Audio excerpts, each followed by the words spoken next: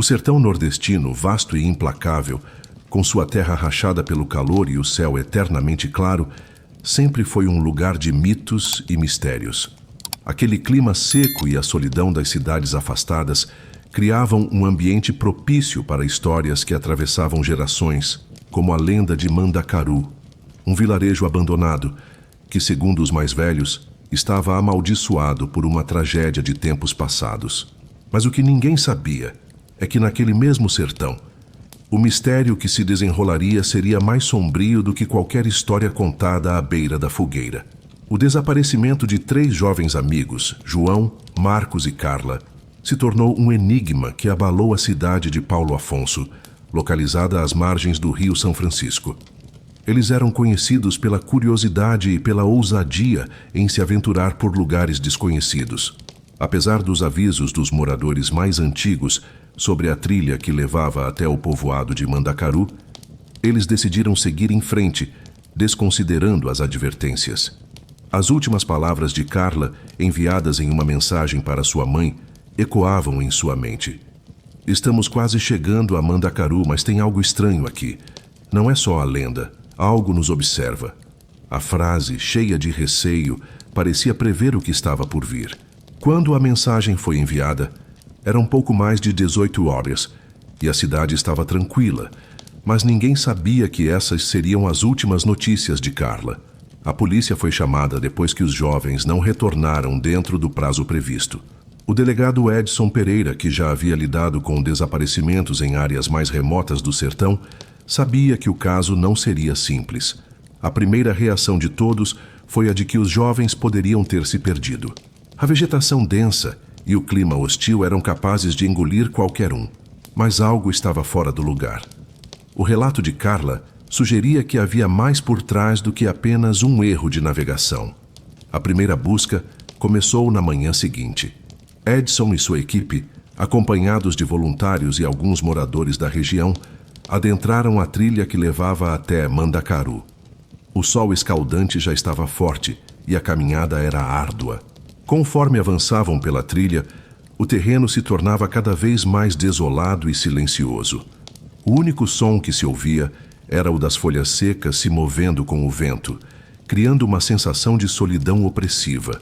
Após algumas horas de caminhada, a polícia encontrou um objeto perdido, a mochila de Carla. Estava jogada no meio da trilha, como se ela tivesse caído de repente. Dentro da mochila estavam os itens pessoais de Carla, mas algo chamou a atenção de Edson.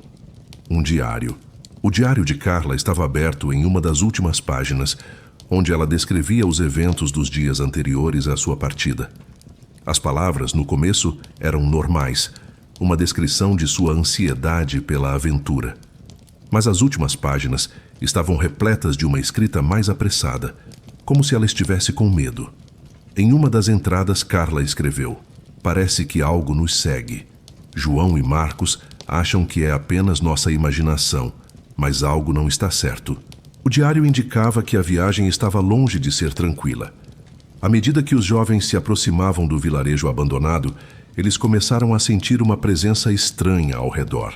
Carla, que sempre foi a mais cautelosa do grupo, expressou preocupações sobre os sons inexplicáveis que ouviam à noite e a sensação de que alguém os observava constantemente. Mesmo assim, os rapazes insistiram em continuar a jornada, achando que eram apenas fantasias causadas pelo medo do desconhecido. Com a mochila em mãos, Edson seguiu pela trilha, na esperança de encontrar mais pistas. Quando se aproximaram de uma clareira, a cena que se desenrolou diante deles era ainda mais bizarra. Havia marcas de passos na terra seca, mas algo estava errado. Os passos pareciam começar em um ponto, mas depois desapareciam completamente, como se os jovens tivessem simplesmente sumido. Não havia sinais de luta, nem de qualquer tipo de agressão. Era como se eles tivessem sido engolidos pela terra, deixando tudo para trás, mas sem uma explicação plausível. O estranho desaparecimento dos jovens não era o único mistério. O mais perturbador era a sensação de vazio que tomava conta da área. A polícia procurava por mais sinais, mas a vegetação densa e o clima árido pareciam conspirar contra eles. À medida que avançavam pela trilha, Edson sentia que estavam sendo observados, mas quando virava, não havia ninguém. A sensação de estar sendo seguido era palpável, mas não havia explicações racionais. Ao final da primeira busca, a polícia não havia encontrado nenhum outro vestígio dos jovens. A equipe retornou à cidade sem respostas, mas com mais perguntas. O que aconteceu com João, Marcos e Carla? Eles haviam se perdido? Ou havia algo mais nesse lugar? Algo que ninguém estava disposto a acreditar. Naquela noite, Edson se sentou em seu escritório, olhando as anotações do caso. A frase de Carla, a última mensagem antes de desaparecer, se repetia em sua mente. Algo nos observa. Ele sabia que havia algo mais em jogo, e ele estava decidido a descobrir a verdade, mesmo que isso significasse enfrentar o desconhecido. Enquanto a cidade de Paulo Afonso ainda se recuperava do choque causado pelo desaparecimento de João, Marcos e Carla, a busca por respostas se intensificava. O delegado Edson Pereira, apesar de sua experiência com casos complicados, sentia que havia algo de muito estranho nesse desaparecimento. Ele sabia que a explicação para o sumiço dos jovens não seria simples e que, por trás daquele caso, havia uma teia de mistérios muito mais complexa. A partir do momento em que as autoridades se aprofundaram nas investigações, um novo elemento surgiu: a cidade de Mandacaru. O vilarejo abandonado, cercado por histórias de maldição e tragédia, estava longe de ser apenas um simples ponto turístico. Edson descobriu que, ao longo dos anos, vários outros viajantes haviam desaparecido naquela mesma trilha. A lenda de Mandacaru dizia que aqueles que se aventurassem por lá sem respeitar o toque do segredo desapareciam sem deixar rastros. Muitos consideravam isso apenas uma superstição, mas os desaparecimentos começaram a gerar uma preocupação crescente nas autoridades locais. Edson decidiu investigar mais a fundo o histórico do povoado de Mandacaru. Ele entrevistou alguns dos moradores mais antigos de Paulo Afonso, aqueles que ainda lembravam dos tempos em que o vilarejo estava habitado. A história mais comum contada pelos anciãos era de que Mandacaru havia sido um lugar próspero, mas que, por motivos desconhecidos, foi abandonado de repente. Não se sabia ao certo o que aconteceu com os habitantes, mas alguns falavam em uma tragédia de proporções bíblicas, uma grande seca que devastou os recursos da cidade e levou os moradores a uma decisão desesperada. Outros, mais supersticiosos, falavam de uma maldição ancestral que se abateu sobre os habitantes após um ato de desrespeito contra os deuses da terra. A cada nova entrevista, Edson sentia que o caso estava se tornando ainda mais nebuloso. Ele questionava como poderia um lugar tão remoto e aparentemente sem importância ter sido o centro de tantos desaparecimentos. Mas o mais inquietante de tudo era o fato de que ninguém parecia disposto a falar abertamente sobre o vilarejo. Sempre havia uma hesitação nas palavras, como se os moradores tivessem medo de tocar no assunto. Decidido a entender mais sobre Mandacaru, Edson procurou um antigo mapa da região.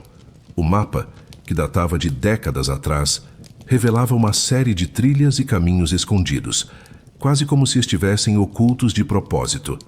As trilhas que aparentemente levavam até o povoado eram muito mais complexas do que parecia à primeira vista. Não eram apenas caminhos naturais, mas sim percursos que haviam sido modificados de maneira deliberada. Edson se perguntou: seriam esses caminhos armadilhas feitas para confundir e aprisionar os visitantes? Ou havia algo mais, algo que forçava as pessoas a se perderem? O que mais intrigava Edson era a forma como as trilhas ao redor de Mandacaru pareciam se mover, como se alguém ou algo tivesse manipulado a paisagem para tornar a fuga impossível. A sensação de ser vigiado, que Carla havia mencionado em sua última mensagem, começou a ganhar um novo significado. Talvez os jovens, ao chegarem no vilarejo, tivessem se deparado com algo muito mais terrível do que esperavam. Eles poderiam estar sendo manipulados por uma força desconhecida, uma presença que observava de longe. Além disso, Edson não podia ignorar os relatos de pessoas que haviam tentado explorar a trilha nos últimos anos. Alguns falavam de um sentimento estranho que tomava conta de quem se aventurava naquele caminho, como se estivessem sendo observados o tempo todo. Outros diziam ter ouvido vozes ou sons incomuns à noite, e alguns até juravam ter visto sombras se movendo pela vegetação. Embora não houvesse ninguém ali, a história de Carla de que algo os observava parecia cada vez mais plausível. Mas quem ou o que poderia estar ali, no sertão, longe de qualquer ajuda ou testemunha? Naquela noite, enquanto revia os arquivos do caso, Edson foi interrompido por uma ligação. Era o chefe da polícia local, que havia recebido uma nova informação. Um dos voluntários que estava ajudando nas buscas havia encontrado algo alarmante. Uma série de marcas no chão em um ponto da trilha que os jovens haviam percorrido. A princípio, parecia apenas uma pegada, mas ao examinar mais de perto, Edson notou algo incomum. As marcas pareciam desenhadas com precisão, como se alguém tivesse desenhado um padrão na terra com algum tipo de objeto. As marcas não eram naturais e isso só aumentava o mistério. Edson não sabia o que aquilo significava, mas uma coisa era certa. A explicação convencional para o desaparecimento dos jovens estava ficando cada vez mais distante. Ele sentia que, mais do que uma simples aventura, a trilha da morte estava ligada a algo muito mais antigo e perigoso do que qualquer um imaginava. O caso estava ganhando contornos mais sombrios a cada novo detalhe que surgia. A cada pista encontrada, a sensação de que os desaparecimentos dos jovens não eram obra do acaso se solidificava. Edson Pereira, o delegado, estava convencido de que a trilha da morte e o desaparecimento de João, Marcos e Carla estavam ligados a algo muito mais profundo. O vilarejo de Mandacaru, com suas lendas e mistérios, parecia ser o epicentro de algo que ninguém conseguia compreender completamente. Mas o tempo estava se esgotando, e cada minuto que passava sem uma solução aumentava o medo de que os jovens nunca mais fossem encontrados. Edson voltou à trilha, agora acompanhado por um número maior de voluntários, com a missão de rastrear até os limites do povoado de Mandacaru. Ele não sabia exatamente o que procurava, mas uma sensação estranha o dominava. Ele tinha que encontrar algo, qualquer pista que pudesse explicar o que havia acontecido com os jovens. A cada passo dado, o clima ficava mais denso, como se o ar estivesse carregado de algo invisível, e a pressão aumentava. O sertão, que antes parecia imenso e vazio, agora parecia se fechar sobre eles. No fim de uma das trilhas, eles encontraram algo que até então ninguém imaginava ser possível. Um antigo portão de ferro enferrujado, parcialmente coberto por vegetação, mas ainda imponente, com sinais de que fora usado recentemente. O portão dava acesso a uma área cercada, como se estivesse separando algo do resto do mundo. Edson sabia que aquele portão não fazia parte do cenário natural da região, e sua descoberta foi o que deu início à verdadeira compreensão do mistério. O que estava atrás daquele portão? Quem o havia fechado e por quê? Adentrando o local, Edson e sua equipe descobriram os restos do que parecia ser o antigo povoado de Mandacaru. Mas o que mais os chocou foi a sensação de desolação que permeava aquele lugar. O vilarejo parecia ter sido abandonado abruptamente. Não havia sinais de vida, mas, ao mesmo tempo, os edifícios estavam intactos, como se o tempo tivesse parado ali. As casas, feitas de pedra e barro, estavam cobertas de poeira e cobertas por uma vegetação espessa que parecia estar tomando conta de tudo.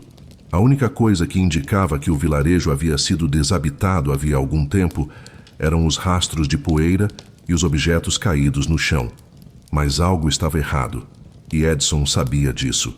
Quando entrou em uma das casas, a sensação de ser observado se intensificou. Em uma mesa estavam espalhados papéis velhos e algumas velas apagadas. No entanto, a maior surpresa foi uma série de símbolos estranhos desenhados nas paredes com o que parecia ser tinta preta. Eram formas geométricas e linhas que se entrelaçavam, criando um padrão que parecia não ter sentido algum, mas que de alguma forma parecia ter sido desenhado com uma intenção precisa. Edson sentiu um calafrio ao olhar para aqueles símbolos. O que estavam fazendo ali? Por que os moradores de Mandacaru haviam desenhado isso nas paredes? E por que o lugar parecia ter sido abandonado de forma tão repentina? Todas essas perguntas começaram a se acumular em sua mente sem respostas claras. A investigação continuou e a equipe de Edson começou a procurar mais pistas dentro das casas. Foi então que encontraram algo que não podiam ignorar. Uma fotografia antiga de um grupo de pessoas, algumas das quais estavam de pé ao lado de um altar improvisado no centro de Mandacaru. No verso da foto estavam escritos nomes, mas o mais estranho era a data: 1952. A foto mostrava pessoas com expressões sérias e um ambiente que parecia carregado de tensão. Quem eram essas pessoas? E o que estavam fazendo naquele lugar anos antes? A descoberta da fotografia foi um divisor de águas na investigação. Edson entendeu que o caso era maior do que ele imaginava. O desaparecimento de João, Marcos e Carla não estava relacionado apenas à trilha ou à lenda de Mandacaru. Estava ligado a algo que acontecera décadas antes. Os símbolos nas paredes, a fotografia e os relatos dos moradores locais começaram a formar uma narrativa que indicava que, talvez, os moradores de Mandacaru, no passado, haviam feito algo terrível, algo que poderia ter despertado forças que estavam adormecidas há anos. Agora, esses mistérios antigos pareciam estar se manifestando novamente. A verdade era que Edson começava a entender que o que acontecia naquela trilha e no vilarejo não era apenas um crime comum. Era algo profundamente enraizado na história daquele lugar.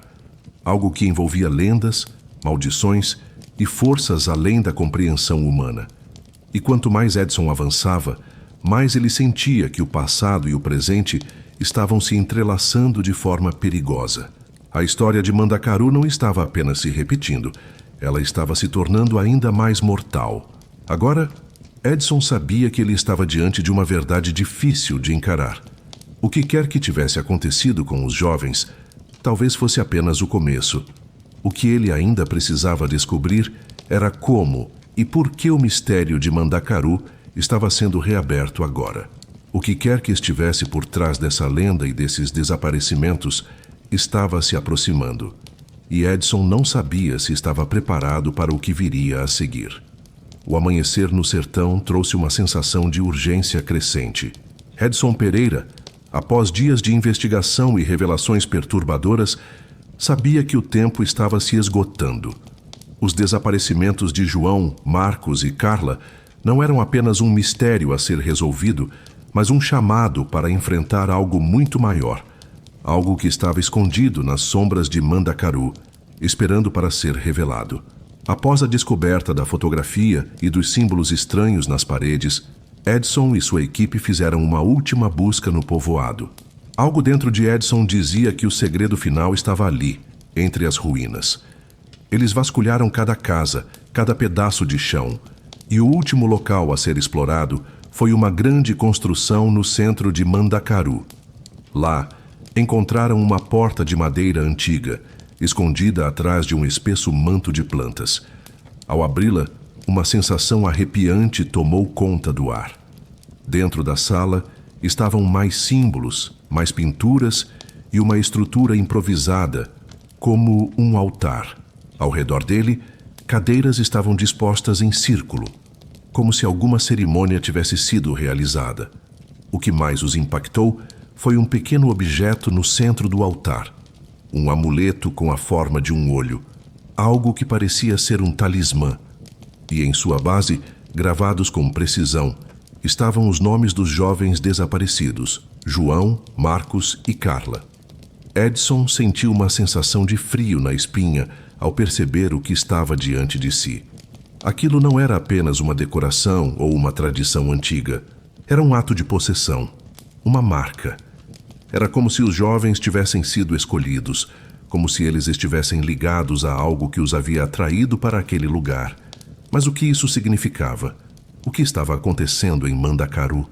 Os investigadores, com a ajuda de especialistas, começaram a juntar as peças. Descobriu-se que a cidade de Mandacaru não era apenas um vilarejo qualquer, mas um local marcado por rituais antigos relacionados a cultos de poder e controle que datavam de séculos atrás. A fotografia encontrada com os moradores antigos, a cerimônia descrita e os amuletos indicavam que a cidade havia sido palco de práticas que misturavam o misticismo com a manipulação de forças desconhecidas. A polícia finalmente localizou os corpos dos 3 jovens em uma área afastada próxima ao vilarejo. Não havia sinais claros de violência física, mas algo mais estava claro. Os jovens haviam desaparecido não por acaso, mas como parte de um plano maior, algo que transcende as explicações racionais. A investigação sugeria que, ao entrarem na trilha de Mandacaru, os jovens haviam se deparado com uma presença que os havia atraído, que os havia marcado, como os antigos moradores haviam sido.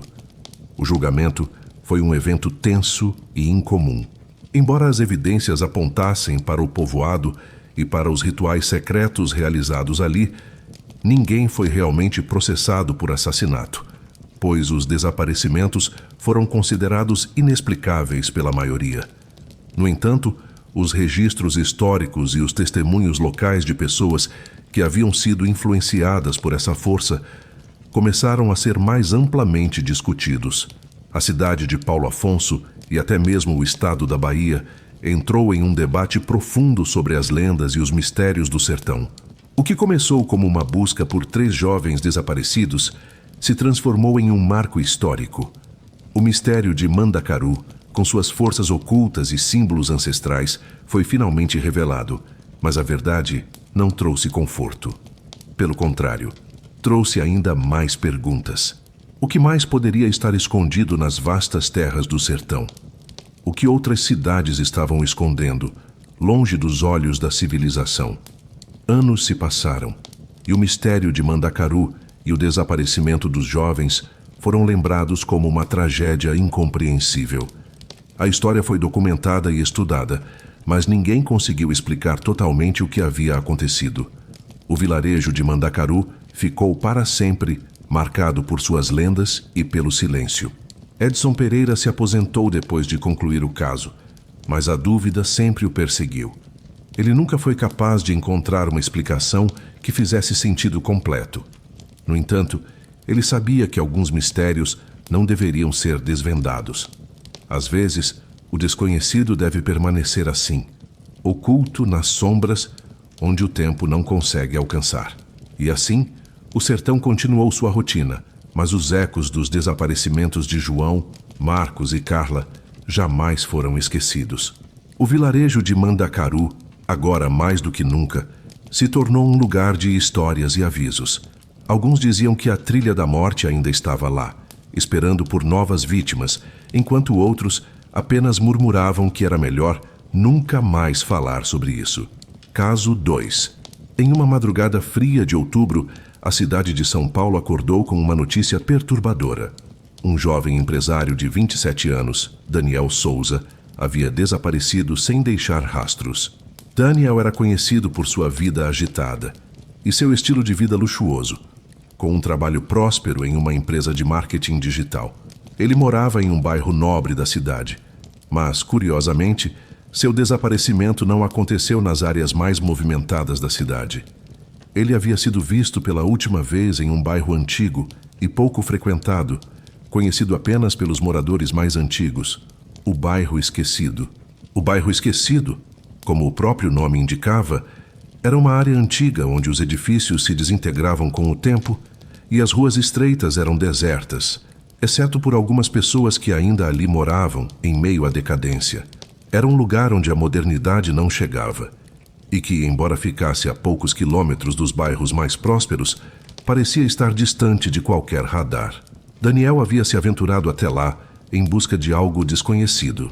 Em uma mensagem enviada ao seu amigo de confiança, ele disse: "Estou indo resolver um negócio, algo antigo. Me encontraram por aqui e dizem que pode ser a chance que eu estava esperando." Mas depois disso, nenhuma outra comunicação foi feita. Seu celular foi encontrado desligado, jogado no chão de um beco escuro do bairro, e ele simplesmente desapareceu. A polícia iniciou as investigações imediatamente, Mas logo se deparou com a primeira dificuldade. Ninguém no bairro esquecido parecia saber de Daniel ou de seu desaparecimento. Os poucos moradores do local, em sua maioria idosos e pessoas isoladas, negavam ter visto qualquer movimento recente. A atmosfera do bairro, sombria e silenciosa, só fazia aumentar a sensação de que havia algo de muito errado ali. O detetive responsável pelo caso, João Ribeiro, foi designado para investigar o desaparecimento. Quando chegou ao bairro esquecido, ele imediatamente percebeu algo estranho. O local parecia congelado no tempo. As ruas estavam vazias e as casas, embora muitas delas com sinais de abandono, ainda exalavam uma sensação de resistência ao passar dos anos. Não parecia o lugar em que um jovem empresário como Daniel deveria estar.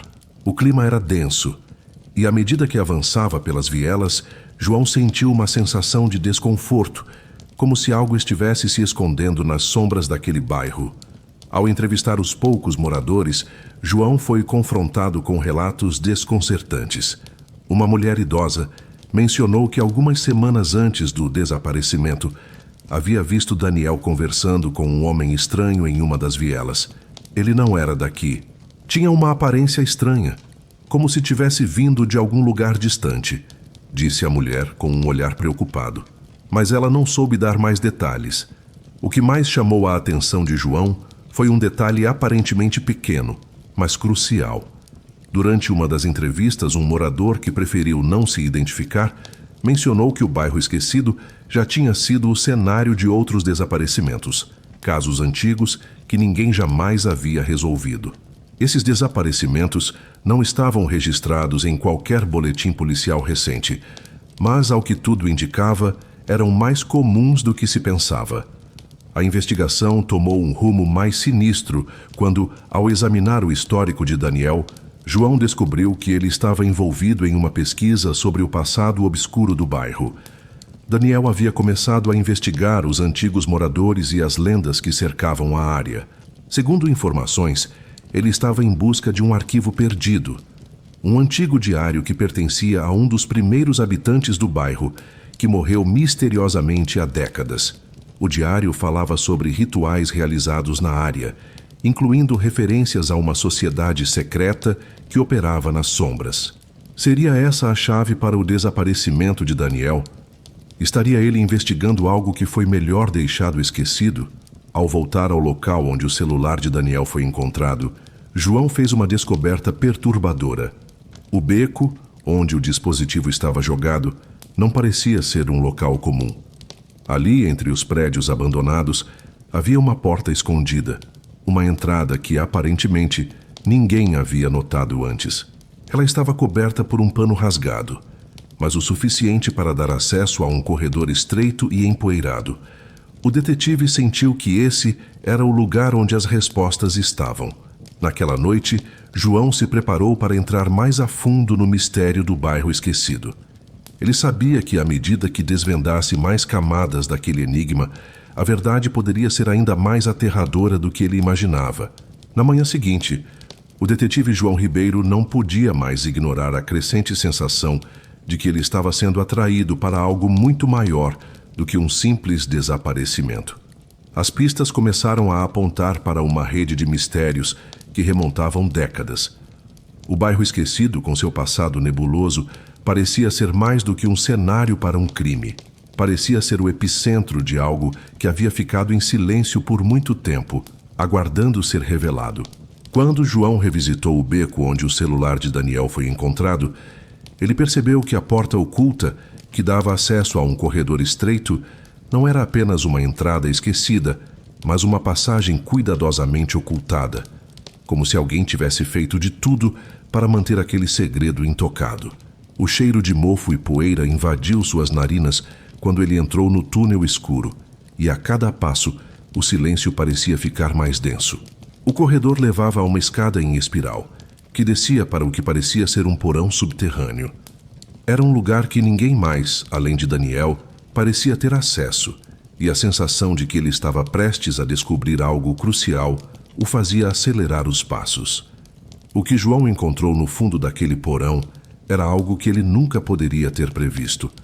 uma série de arquivos antigos empilhados em uma mesa de madeira gasta pelo tempo. Papéis rasgados, fotos em preto e branco de pessoas desconhecidas e diários desgastados que pareciam contar a história de uma sociedade secreta. A sociedade, conforme descrito nos diários, não era apenas uma organização comum. Era uma rede de indivíduos ligados por um vínculo ancestral, buscando poder através de rituais secretos que envolviam sacrifícios e pactos. Mas o mais assustador de tudo foi o nome que apareceu em várias dessas anotações: a Ordem do Olho Escondido. O mesmo nome misterioso que havia sido mencionado nas investigações de Daniel. Os registros indicavam que a sociedade operava no bairro desde sua fundação, há mais de 100 anos, e que suas práticas haviam sido mantidas em segredo, protegidas por aqueles que juraram silêncio eterno. Mas o que mais assustou João foi a descoberta de uma página em um dos diários que descrevia a chave do bairro, um artefato que, segundo a lenda, tinha o poder de abrir os portões do desconhecido. Era claro que a busca de Daniel não se tratava apenas de uma curiosidade sobre o passado do bairro, mas de uma investigação para descobrir o que essa chave representava e o que ela poderia desbloquear. Quando João começou a juntar as peças, a imagem que se formava não era nada simples. Daniel, ao contrário do que parecia inicialmente, não estava em busca de um simples arquivo ou de um item antigo. Ele havia se aprofundado em algo muito maior, um segredo que poderia destruir tudo o que a cidade acreditava ser normal e seguro. O fato de Daniel ter desaparecido tão repentinamente, sem deixar vestígios, e o fato de ter se aproximado dessa sociedade secreta não parecia ser coincidência. Era como se ele tivesse sido atraído para esse destino, como se sua busca tivesse sido uma armadilha cuidadosamente orquestrada.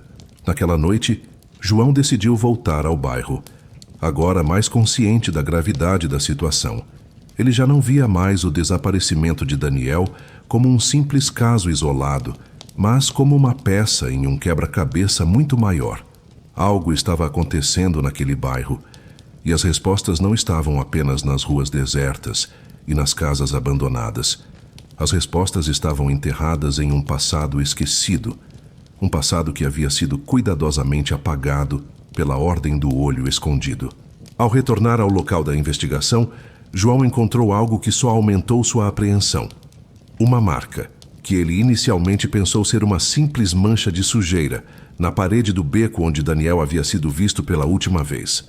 Quando olhou mais de perto, ele percebeu que não se tratava de sujeira, mas de um símbolo, o mesmo que ele havia encontrado nos diários. O símbolo, com linhas curvas e um círculo no centro, estava gravado de forma tão minuciosa e precisa que parecia estar ali há muito tempo, esperando para ser notado. Era claro que o bairro inteiro estava marcado, de alguma forma, pela presença dessa sociedade secreta. Agora, mais do que nunca, João sabia que ele não estava apenas tentando resolver o desaparecimento de um homem. Ele estava diante de um mistério que se estendia por gerações, um mistério que estava prestes a vir à tona. Mas o que ele não sabia ainda era o custo dessa verdade. Havia algo naquele bairro, uma força que parecia observar, que não queria ser descoberta. E conforme João se aprofundava mais no caso, ele sentia que ele mesmo estava sendo envolvido nessa teia de segredos, uma teia que o atraía cada vez mais para o centro da escuridão. Com a descoberta do símbolo e dos diários antigos, a sensação de urgência em resolver o caso de Daniel se intensificou. O detetive João Ribeiro estava começando a entender que estava lidando com algo muito maior do que apenas o desaparecimento de um jovem empresário. O bairro esquecido, com suas ruas decadentes e suas histórias obscuras, não era apenas um cenário qualquer, mas o ponto de origem de um mistério que atravessava gerações. A primeira coisa que João fez foi retornar ao arquivo policial. Ele vasculhou casos antigos de desaparecimentos no bairro, casos que haviam sido arquivados ou ignorados devido à falta de evidências. Mas à medida que revirava os registros, um padrão começou a surgir. Havia um ciclo de desaparecimentos que acontecia em intervalos de décadas. O mais estranho de tudo era que as vítimas não pareciam ter nenhuma ligação entre si. Alguns eram moradores locais, outros forasteiros, mas todos haviam desaparecido sem deixar qualquer vestígio. Além disso, algo que chamou a atenção de João foi a coincidência de muitos dos desaparecimentos ocorrerem próximos a datas significativas relacionadas à fundação do bairro esquecido. João também descobriu que a fundação do bairro no século XIX tinha sido marcada por disputas entre poderosos industriais da época e a classe trabalhadora que vivia ali. Nos registros históricos, a construção de Mandacaru, o bairro vizinho, foi inicialmente idealizada como um projeto de requalificação da área, que visava desmantelar o bairro antigo para dar lugar a um novo empreendimento. Mas, ao invés disso, a requalificação foi abandonada repentinamente, o que levou a uma série de disputas entre as elites locais e a população mais pobre, que resultaram em uma grande revolta. Aquela revolta foi abafada rapidamente e a história do bairro acabou sendo encoberta por uma névoa de esquecimento. Mas o que realmente começou a intrigar João era a figura de um homem chamado Alberto Pereira, um antigo morador do bairro esquecido que aparentemente havia sido uma figura central no movimento de resistência à construção de Mandacaru. Ele foi um dos primeiros a desaparecer de maneira misteriosa logo após a revolta. Nos arquivos de antigos jornais da cidade, Alberto era descrito como um líder carismático, mas ninguém sabia exatamente o que havia acontecido com ele. Ninguém sequer sabia se ele estava morto ou vivo. A última vez que alguém o viu foi perto do portão do bairro falando com um homem de aparência estranha, um desconhecido que ninguém conseguiu identificar. Após essas descobertas, João decidiu conversar com a última pessoa que conheceu Alberto, um homem idoso chamado Paulo, que aos 85 anos ainda morava na periferia do bairro e se lembrava claramente da época da revolta. Quando João o encontrou, Paulo parecia estar à beira da morte, mas sua mente ainda estava afiada, e ele não demorou a falar sobre o que sabia. A verdade sobre o bairro está enterrada, meu filho, disse Paulo com uma voz rouca. O que aconteceu aqui não pode ser contado. Não podemos falar sobre isso, pois quem ousa falar desaparece. Como Alberto, como tantos outros. Ao ouvir essas palavras, João sentiu que estava no centro de um enigma que desafiava o entendimento lógico. Mas ele não podia desistir. O desaparecimento de Daniel, a ligação com os arquivos antigos, os símbolos e a conversa com Paulo estavam começando a formar uma conexão, uma linha que ligava os desaparecimentos ao que parecia ser um segredo guardado a 7 chaves. Nos dias seguintes, João continuou a investigar o bairro, agora mais atento a qualquer detalhe que pudesse ser relevante. Em uma visita à biblioteca local, ele encontrou um livro raro sobre a história de São Paulo, escrito por um historiador local, que mencionava a fundação de Mandacaru e o nascimento do bairro esquecido. No livro, havia uma passagem intrigante que dizia: os que se opuseram à fundação de Mandacaru e ao apagamento do antigo bairro desapareceram, e aqueles que restaram foram forçados a esquecer o que se passava ali, sob a ameaça de algo maior, algo que se ocultava nas sombras. As palavras do historiador refletiam exatamente o que Paulo havia dito. Algo estava sendo ocultado no bairro esquecido, algo que ninguém ousava falar. Como se todos, de alguma forma, tivessem sido programados para esquecer, ou pior, para serem silenciados. A revelação mais perturbadora de todas veio quando João encontrou, entre as pilhas de documentos antigos no porão do bairro, uma carta escrita à mão por um dos antigos moradores. A carta descrevia o que parecia ser uma cerimônia realizada nas profundezas do bairro, na qual novos membros da sociedade secreta eram iniciados. Eles eram forçados a jurar lealdade ao segredo do bairro e a um pacto que lhes garantiria uma vida próspera, mas ao mesmo tempo os condenaria a um ciclo eterno de silêncio e obediência. O pacto dizia que aqueles que tentassem expor o segredo do bairro seriam reclamados pela sombra. Uma expressão que João não conseguia entender completamente.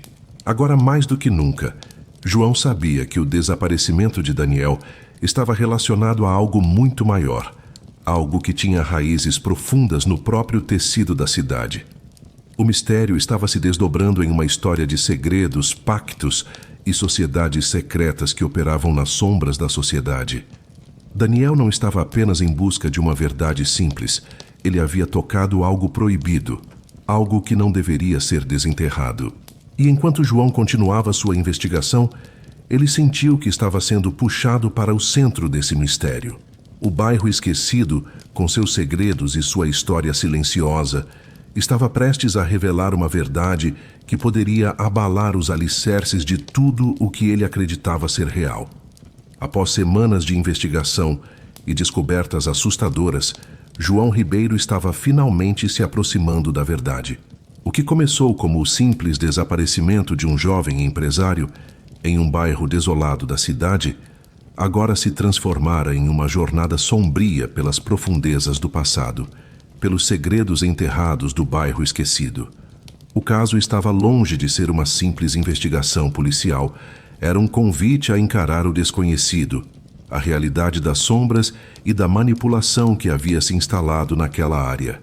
A última descoberta, a carta que falava sobre o pacto e a sociedade secreta, foi a chave que João precisava para conectar todos os pontos. Ele entendeu, finalmente, que Daniel não havia apenas desaparecido, ele havia sido atraído para o centro de um enigma muito maior. A sociedade secreta que operava no bairro esquecido, com seus rituais e pactos antigos, havia sido o verdadeiro motivo do desaparecimento de Daniel. Ele estava perto de desvendar algo que ninguém deveria saber. Com as peças finalmente encaixadas, João se preparou para confrontar as últimas forças que ainda operavam no bairro.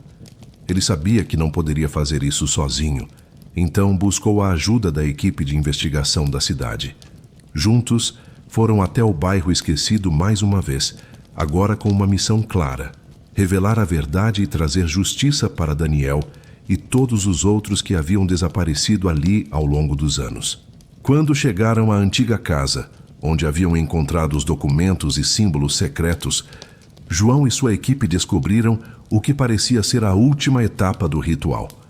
Um altar havia sido montado no centro da sala, e ao redor dele estavam os últimos vestígios de uma cerimônia que havia ocorrido ali. Mas o mais estranho foi encontrar em um canto escondido o diário de Daniel, agora parcialmente queimado, mas ainda legível. Ele havia descrito tudo detalhadamente, como se soubesse que aquele seria o seu fim. Eu encontrei o que eles estavam escondendo, e agora eu entendo. Eles nos observam. Eles nos têm sob controle. O pacto que fizeram, o que nos mantém presos aqui, é mais do que uma lenda. É a realidade. E não há como sair. Essas palavras finais de Daniel ecoaram na mente de João. A verdade era aterradora. O bairro, com seu isolamento, suas regras e seu pacto, estava preso a um ciclo de silêncio e obediência, alimentado por uma rede secreta que nunca permitiu que ninguém fosse realmente livre. João soubera que a sociedade secreta havia continuado operando, suas raízes ainda profundas no bairro e nas mentes dos moradores, que de alguma forma estavam envolvidos. João, com a ajuda da polícia, conseguiu localizar e prender os membros da sociedade, mas o julgamento foi uma farsa. As pessoas envolvidas, mesmo sabendo da gravidade dos crimes, mantiveram-se em silêncio, protegendo o segredo como se sua própria sobrevivência dependesse disso. Não havia como explicar aos outros o que realmente acontecia nas sombras do bairro. A sociedade secreta havia se infiltrado em tantas camadas da cidade que era impossível desmantelar tudo de uma vez. Embora alguns membros tenham sido levados à justiça, muitos escaparam, e o verdadeiro alcance do poder da sociedade nunca foi totalmente revelado. A cidade de São Paulo seguiu em frente, mas a história do bairro esquecido nunca seria esquecida. Os desaparecimentos de Daniel e de outros moradores se tornaram parte da lenda, mas a verdade permanecia oculta, enterrada sob o peso das décadas de silêncio e medo. Anos após os eventos, João Ribeiro se aposentou, mas nunca conseguiu esquecer o que aconteceu no bairro esquecido. As perguntas ainda o assombravam. A sociedade secreta ainda existia? Será que outros desaparecimentos poderiam ser atribuídos ao mesmo pacto antigo? Mesmo em sua aposentadoria, João mantinha uma vigilância silenciosa, sabendo que algumas verdades não podiam ser deixadas para trás, mesmo que o mundo tentasse ignorá-las. O bairro esquecido, agora considerado um local de lendas e histórias macabras, foi eventualmente esquecido pelas novas gerações. Mas os moradores mais velhos, aqueles que ainda se lembravam do que realmente aconteceu, sussurravam entre si, mantendo o segredo vivo. A sensação de que algo sombrio ainda rondava o bairro nunca desapareceu completamente. A história de Daniel, o desaparecimento que iniciou a investigação e a busca pela verdade, foi contada em forma de livro por um jornalista local, mas ninguém jamais conseguiu contar toda a história. As peças ainda estavam faltando e os segredos ainda estavam guardados. O bairro esquecido permaneceu assim, como uma parte da cidade que nunca seria totalmente desvendada, uma mancha na história que os moradores preferiam esquecer. Caso 3. No coração de São Paulo, sob as luzes brilhantes e o movimento incessante das ruas, existia um lugar esquecido pela maioria. Um labirinto de túneis subterrâneos que se estendiam por quilômetros, conectando as antigas estações de metrô e os sistemas de esgoto da cidade. Poucos sabiam da existência real desse labirinto, e menos ainda se aventuravam a explorar os locais escuros e misteriosos que ficavam abaixo da cidade. Mas foi exatamente nesse labirinto que uma morte macabra ocorreu, e uma nova investigação começou a se desenrolar. Tudo começou quando o corpo de um homem foi encontrado em uma das extremidades do sistema subterrâneo. O corpo estava parcialmente desfigurado, com sinais evidentes de violência. Mas o mais perturbador era o estado em que o corpo foi encontrado. Em um beco isolado, no fundo de um dos túneis mais profundos, longe da vista de qualquer passagem principal. O homem, identificado como Ricardo Silva, um operário de 34 anos, trabalhava para uma empresa contratada pelo governo para realizar inspeções nos sistemas de drenagem da cidade. Sua missão, aparentemente simples, era garantir que as tubulações e os túneis não apresentassem danos. Mas o que ele encontrou nas profundezas da cidade resultou em sua morte. A polícia foi chamada para o caso e o detetive Lucas Barreto foi designado para investigar. Lucas, um investigador experiente, sabia que esse caso não seria como os outros. O fato de o corpo ter sido encontrado em uma área tão remota e negligenciada pelos habitantes da cidade sugeria que o crime estava mais ligado a algo oculto, talvez até a uma rede de segredos antigos. Quando Lucas chegou ao local, ele imediatamente notou a estranheza da situação. O corpo estava jogado de forma inusitada, com marcas no chão que indicavam que Ricardo havia sido arrastado até ali. Mas apesar de todo o esforço da polícia para preservar a cena do crime, o que chamou a atenção de Lucas foi o seguinte: ninguém sabia quem mais poderia ter tido acesso a esse labirinto subterrâneo. As únicas pessoas que frequentavam aquele lugar eram os trabalhadores e raramente turistas, que procuravam informações sobre a história oculta da cidade. O que mais intrigava Lucas, porém, não era só a morte violenta de Ricardo, mas o fato de que o trabalhador estava em um local tão específico.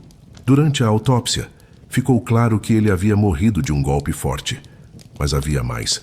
Não havia sinais de luta ou defesa, como se Ricardo já estivesse completamente submisso, ou pior, esperando pela morte. Ele estava sozinho naquele lugar, e o mais assustador era que o beco onde seu corpo foi encontrado parecia ser parte de um labirinto, um sistema de túneis que ninguém parecia conhecer por completo. À medida que a investigação avançava, Lucas descobriu que Ricardo havia começado a investigar algo estranho. Em seus registros de trabalho, havia diversas anotações sobre áreas inexploradas do labirinto que não constavam nos mapas oficiais da cidade. Além disso, ele havia feito algumas anotações sobre movimentos subterrâneos, embora nunca tenha especificado o que exatamente isso significava. Durante uma entrevista com os colegas de Ricardo, descobriu-se que ele estava obcecado por esses túneis secretos e que, recentemente, havia mencionado algo sobre descobrir o que está sendo escondido sob a cidade. Mas o que exatamente Ricardo estava investigando? O que ele havia encontrado nas profundezas da Terra? Além disso, Lucas descobriu que Ricardo, ao contrário do que pensava, não estava sozinho nas expedições ao labirinto. Ele havia se associado a um pequeno grupo de pessoas, todas com interesses diferentes, mas unidos pela curiosidade sobre o que o subterrâneo de São Paulo poderia esconder. Esses indivíduos, conhecidos como exploradores subterrâneos, eram um grupo secreto que se dedicava a estudar os misteriosos túneis e as lendas que os cercavam. Havia rumores de que o labirinto não era apenas um sistema de drenagem, mas também um local de encontro para antigos cultos que praticavam rituais há mais de 100 anos. Mas essas histórias nunca foram confirmadas, e as autoridades sempre negaram qualquer envolvimento com atividades ilícitas nesse subterrâneo. A história estava ficando cada vez mais complicada e Lucas sabia que algo muito mais sombrio estava por trás da morte de Ricardo. O fato de ele ter sido encontrado em um local tão remoto, sem explicação clara sobre o que ele estava fazendo lá, e com tão poucos rastros deixados por seu agressor, indicava que havia algo mais que precisava ser desenterrado. E à medida que Lucas se aprofundava no caso, ele começava a perceber que a morte de Ricardo poderia ser apenas a ponta do iceberg. Talvez o labirinto subterrâneo fosse muito mais do que uma simples rede de túneis. Talvez fosse um local onde os segredos mais profundos da cidade estavam sendo guardados. Enquanto as investigações sobre a morte de Ricardo Silva avançavam, o detetive Lucas Barreto se via cada vez mais envolvido em um mistério crescente que parecia levar a novas camadas de segredos. As pistas encontradas nos arquivos e nas anotações do operário desaparecido indicavam que ele havia se aprofundado no estudo de áreas desconhecidas dentro do labirinto subterrâneo de São Paulo. O que inicialmente parecia ser um caso de assassinato comum, agora se revelava algo muito mais complexo e sinistro, envolvendo uma rede de conspirações e rituais esquecidos. Lucas, sentindo-se cada vez mais desorientado e intrigado, decidiu investigar mais sobre os chamados exploradores subterrâneos. Ele descobriu que o grupo não era tão desconhecido quanto parecia. Alguns dos membros haviam sido registrados em atividades no submundo digital, postando fotos e vídeos das suas expedições. O mais chocante de tudo era que as imagens postadas online mostravam partes do labirinto que nunca haviam sido mapeadas antes. Túneis secretos, câmaras escondidas e até mesmo inscrições misteriosas nas paredes das cavernas subterrâneas. Tudo isso parecia estar ali embaixo da cidade, aguardando para ser descoberto. Lucas rastreou as interações online de Ricardo e seus companheiros. Entre os membros do grupo, um nome se destacava: Marcos Reis, um ex-historiador da cidade, agora aposentado, que se tornara uma espécie de mentor para os exploradores subterrâneos. Marcos parecia ser a chave para entender mais sobre os rituais antigos e os símbolos encontrados nas profundezas do labirinto. Quando Lucas o encontrou, o encontro não foi o que ele esperava. Marcos estava muito mais evasivo e, ao contrário do que o detetive imaginava, não parecia surpreso com a morte de Ricardo. Pelo contrário, ele parecia saber mais do que estava disposto a revelar. Você acha que Ricardo estava atrás de algo grande? Ele estava só começando a descobrir o que todos nós já sabíamos, disse Marcos, com uma expressão cansada, enquanto os dois sentavam em uma cafeteria, longe das luzes da cidade. O que ele encontrou no labirinto não era algo que ele deveria ter tocado. O tom de Marcos era enigmático, como se ele estivesse escondendo algo crucial. Ele mencionou um antigo segredo, algo relacionado à origem do próprio labirinto. Mas antes que pudesse explicar mais, ele se calou abruptamente, como se tivesse percebido o que estava dizendo. Marcos olhou para os lados, como se temesse ser ouvido, e disse em um sussurro: Algumas coisas, detetive, são melhor deixadas no passado. O que eles estavam buscando é perigoso demais. Lucas sabia que havia mais. O comportamento de Marcos não podia ser ignorado. Ele tinha um conhecimento profundo sobre os túneis e a história deles, mas algo estava claramente o perturbando. Quando questionado sobre a relação do grupo com rituais e cultos antigos, Marcos tentou desviar do assunto, mas a insinuação de que algo sombrio estava envolvido na morte de Ricardo se tornou ainda mais evidente. Lucas sentiu que estava sendo empurrado para um beco sem saída, onde cada resposta levantava mais perguntas. A situação tomou um rumo ainda mais estranho quando, ao revisitar o local do corpo de Ricardo, Lucas fez uma descoberta alarmante. Em uma parede próxima ao ponto onde o operário havia sido encontrado, ele encontrou um padrão de símbolos semelhantes aos que apareciam nas anotações de Ricardo e nas fotos postadas pelos exploradores. Mas havia algo a mais. A inscrição estava mais recente, aparentemente adicionada há poucos dias, e parecia ser um sinal de advertência, ou talvez uma marcação de território. A polícia, agora sabendo que estava lidando com algo muito maior do que um simples assassinato, começou a tomar mais precauções. Edifícios abandonados nas proximidades do labirinto começaram a ser vigiados, e a área ao redor do labirinto foi isolada. Mas para Lucas, a verdadeira questão era clara. O que havia no labirinto que Ricardo e o grupo de exploradores estavam procurando? E por que isso estava associado a rituais tão antigos e proibidos? Além disso, o comportamento de Marcos Reis parecia cada vez mais suspeito. Ao investigar mais a fundo sua história, Lucas descobriu que o ex-historiador tinha um histórico de estudos sobre sociedades secretas, inclusive algumas com origens ligadas à história da cidade de São Paulo. Ele havia sido um dos poucos a ter acesso a arquivos confidenciais sobre rituais ancestrais e práticas ocultas, documentos que, segundo alguns, estavam escondidos por décadas nas bibliotecas públicas da cidade. Com a ameaça de que mais pessoas poderiam desaparecer ou ser vítimas de uma força desconhecida, Lucas decidiu confrontar Marcos mais uma vez. Mas dessa vez, o encontro foi diferente. Quando Lucas chegou ao apartamento de Marcos, ele encontrou as portas abertas e o interior vazio. Uma sensação de pavor tomou conta dele. No centro da sala, havia um único objeto, um livro antigo, coberto por poeira com o título O Labirinto da Sombra. O livro parecia ter sido deixado ali de propósito, como se estivesse esperando para ser encontrado. Lucas pegou o livro e, ao abrir suas páginas, encontrou uma descrição detalhada do labirinto subterrâneo, juntamente com rituais realizados nas cavernas. Mas o mais perturbador era a última página, que descrevia um passageiro, uma entidade que se alimentava do medo e da dor daqueles que entravam no labirinto. Segundo o livro, essa entidade era chamada de Sombra, e ela tomava posse daqueles que ousassem penetrar muito fundo nas suas cavernas. Com o livro em mãos e as evidências acumuladas, Lucas sabia que estava chegando perto da verdade. Mas a cada passo dado em direção à revelação, ele sentia que uma presença mais sombria estava se aproximando dele. O labirinto não era apenas um local perdido no tempo. Era um portal para algo que ninguém deveria desafiar. A descoberta do livro, O Labirinto da Sombra, foi o ponto de virada na investigação do detetive Lucas Barreto.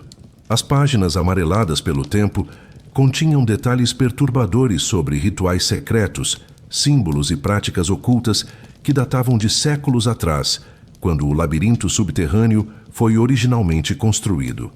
A princípio, Lucas pensou que estava lidando com uma história de ocultismo e superstição, mas à medida que se aprofundava nas palavras do livro, ele começou a perceber que algo mais sinistro estava envolvido. O livro descrevia os túneis subterrâneos como um labirinto vivo, um espaço que se alimentava das emoções e do medo dos que se aventuravam em seu interior. A presença da Sombra, como era chamada a entidade que habitava os labirintos, foi registrada como um ser que tomava posse daqueles que ousavam desafiar suas profundezas. As palavras escritas no livro indicavam que essa entidade não era apenas uma lenda, mas uma força antiga que existia desde os primeiros dias de São Paulo. A história de sua origem estava ligada à fundação da cidade e à construção do sistema de esgoto, que havia sido, de alguma forma, imbuído com uma energia misteriosa. Com o livro em mãos, Lucas se sentiu como se estivesse sendo puxado para um abismo de segredos que ele nunca imaginou que existissem sob seus pés. Mas ele sabia que não poderia parar ali. Ele precisava entender o que havia acontecido com Ricardo e, mais importante, o que o havia levado a se envolver com algo tão perigoso. A investigação agora não se tratava mais de uma simples morte, mas de algo muito maior, algo que tinha raízes em um passado distante e sombrio. Daniel, o operário morto, estava apenas no início de uma jornada para descobrir a verdade sobre os túneis subterrâneos e os rituais que ali aconteciam. O livro descrevia as marcas da sombra, símbolos que eram desenhados nas paredes das cavernas subterrâneas, e Lucas rapidamente percebeu que o símbolo encontrado perto do corpo de Ricardo era um desses sinais. A marca que ele havia visto no beco onde o operário foi encontrado fazia parte de um padrão mais amplo, um padrão que se repetia em diversos pontos do labirinto. Mas a história não se limitava ao livro. Quando Lucas começou a investigar mais sobre o histórico dos exploradores subterrâneos, ele descobriu que alguns dos membros mais antigos do grupo tinham conexões com a antiga ordem oculta que operava nos labirintos. Marcos Reis, o ex-historiador que havia sido mentor do grupo, estava mais envolvido do que Lucas imaginava. Ele, de fato, sabia muito mais sobre a sombra do que havia revelado. Aquele livro que Marcos tão cuidadosamente escondera parecia ser uma espécie de guia, uma chave para abrir portas que deveriam permanecer fechadas. Ao aprofundar suas conversas com os membros do grupo, Lucas descobriu que Ricardo havia se tornado obcecado com a ideia de desvendar os segredos por trás dos rituais. Ele acreditava que, ao realizar um ritual específico dentro do labirinto, poderia obter o poder de controlar a sombra e manipular suas forças para conseguir o que quisesse. O que Ricardo não sabia era que esse poder não era algo que se pudesse controlar. Era uma ilusão, e ele pagou o preço por sua curiosidade. Ao longo de sua investigação, Lucas também começou a se questionar sobre sua própria segurança. As coisas começaram a ficar pessoais. Ele sentia como se estivesse sendo seguido, como se algo o observasse de dentro dos túneis. As portas que haviam sido abertas no passado estavam se fechando, e a cada passo, o detetive tinha a sensação de que ele estava sendo puxado para dentro do labirinto, cada vez mais perto daquilo que ele não poderia compreender. No entanto, Lucas não podia desistir.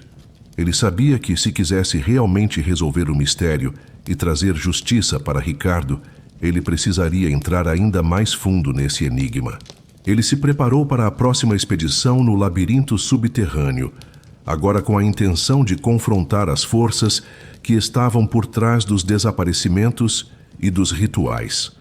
Não mais apenas um simples crime, o desaparecimento de Ricardo havia se transformado em uma corrida contra o tempo, onde a única maneira de parar a sombra seria ir até o seu núcleo. Mas conforme Lucas se aproximava da verdade, ele percebeu que o labirinto não era apenas uma construção física, era uma metáfora para o próprio mistério. O verdadeiro segredo estava nas emoções que ele evocava, no medo que ele gerava. E à medida que ele se aprofundava, a linha entre a realidade e o desconhecido começava a se desfocar.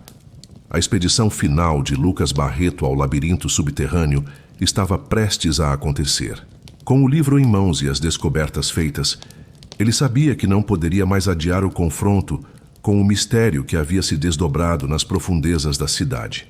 O labirinto, que antes parecia apenas uma rede de túneis esquecidos, agora se mostrava como o epicentro de algo muito mais sinistro, algo que escapava à compreensão humana.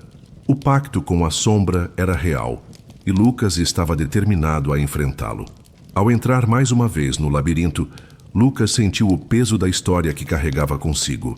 O ar estava denso, e o silêncio opressor, como se o próprio ambiente estivesse vivo, esperando por algo. Ele seguiu os passos de Ricardo, mas agora com mais cautela. O que ele procurava não era apenas resolver o crime, mas encontrar a fonte desse poder que parecia envolver todo o labirinto. Lucas acreditava que se pudesse encontrar o local exato onde o ritual tinha sido realizado, ele poderia destruir o que Ricardo havia tentado despertar. A primeira parte da jornada não foi fácil. As trilhas do labirinto se estreitavam a cada passo e o ambiente se tornava cada vez mais claustrofóbico. Mas Lucas estava focado. Ele sabia que a verdade estava ali, escondida nas sombras do labirinto. Conforme avançava, ele chegou a uma sala circular, a maior que já havia encontrado no subterrâneo. Era uma câmara de pedra, com inscrições misteriosas nas paredes. O chão estava marcado com símbolos antigos, e no centro da sala havia um altar. O mesmo altar descrito no livro. Mas o que mais chamou a atenção de Lucas foi a presença de um homem, de pé diante do altar. Era Marcos Reis, o mentor dos exploradores subterrâneos, e agora ele estava ali, em silêncio. Lucas o observou por um momento, sem saber o que esperar. Marcos não se virou, mas sabia que o detetive estava ali. "Você finalmente chegou", disse Marcos, sua voz baixa e calma. "Mas você não entende o que está acontecendo aqui, Lucas. Este lugar, esse poder, ele não pode ser destruído." Lucas se aproximou sem hesitar. Ricardo morreu porque ele tentou controlar algo que não podia. Ele acreditava que podia controlar a sombra, mas ele estava apenas alimentando-a. "E agora você está tentando fazer a mesma coisa", disse Lucas com firmeza. Marcos olhou para ele, seus olhos vazios. "Não é controle, é liberdade.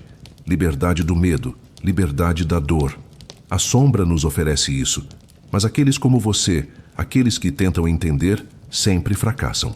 O confronto entre os dois foi tenso, mas antes que Lucas pudesse responder, o ambiente ao redor deles começou a mudar. O som do vento, o eco distante, tudo parecia se intensificar. Era como se a própria câmara estivesse ganhando vida. De repente, o chão começou a tremer e uma sombra escura se ergueu do centro do altar. A sombra estava ali, em forma visível, uma entidade que parecia se alimentar da escuridão, tornando a atmosfera ainda mais densa e opressiva. Marcos, com um olhar de desesperança, deu um passo para trás. "Ela não pode ser parada", ele disse com uma voz tremendo. "Está nos controlando. Todos nós fomos escolhidos." Lucas não hesitou. Ele havia lido sobre o que deveria ser feito. De acordo com o livro, o único jeito de interromper o ciclo era destruir o altar e os símbolos ao redor, quebrando o vínculo que mantinha a sombra no mundo físico. Com um movimento rápido, ele correu até o altar, pegou o livro e começou a rasgar as páginas, espalhando-as no chão. As páginas queimaram instantaneamente e a sombra, que parecia crescer a cada segundo, começou a diminuir. Marcos, em um último suspiro, gritou: "Você não pode, não pode! Isso é maior do que você." Mas já era tarde. Com o altar destruído e os símbolos queimados, a presença da sombra foi dissipada, e a câmara subterrânea começou a se desintegrar, como se o próprio labirinto estivesse desmoronando. Quando Lucas saiu da caverna, o labirinto estava silencioso, e o ar pesado finalmente se dissipou. Marcos Reis desapareceu junto com a sombra, seu destino selado pela sua própria obsessão. O que antes era uma rede de túneis cheia de mistérios e rituais, agora estava vazio, desmoronando sob o peso de seus próprios segredos. Mas Lucas sabia que a batalha não havia terminado. Outros ainda buscariam o poder que estava enterrado nas profundezas da cidade. O caso de Ricardo Silva e os exploradores subterrâneos foi encerrado, mas a verdade de tudo o que aconteceu no labirinto subterrâneo foi mantida em segredo. A cidade de São Paulo, com sua vida frenética e iluminada, seguiu em frente sem saber o que estava escondido sob seus pés. Para Lucas Barreto, o caso nunca terminou de verdade. Mesmo aposentado, ele sabia que o mistério do labirinto ainda estava vivo, e as sombras do passado, embora dissipadas, nunca seriam completamente apagadas. Ele guardava o livro O Labirinto da Sombra, como um lembrete de que há forças que, mesmo sendo desenterradas, podem se esconder novamente nas profundezas da cidade, aguardando o próximo curioso, a próxima vítima, A próxima busca por algo que não deve ser encontrado. Ei, pessoal, obrigado por ouvirem. Clique no sininho de notificações para ser alertado de todas as futuras narrações. Lanço vídeos novos todos os dias por aqui. Espero te ver nos próximos. Agora na tela vou deixar outros 2 bons vídeos que sei que irão gostar. Te vejo por lá.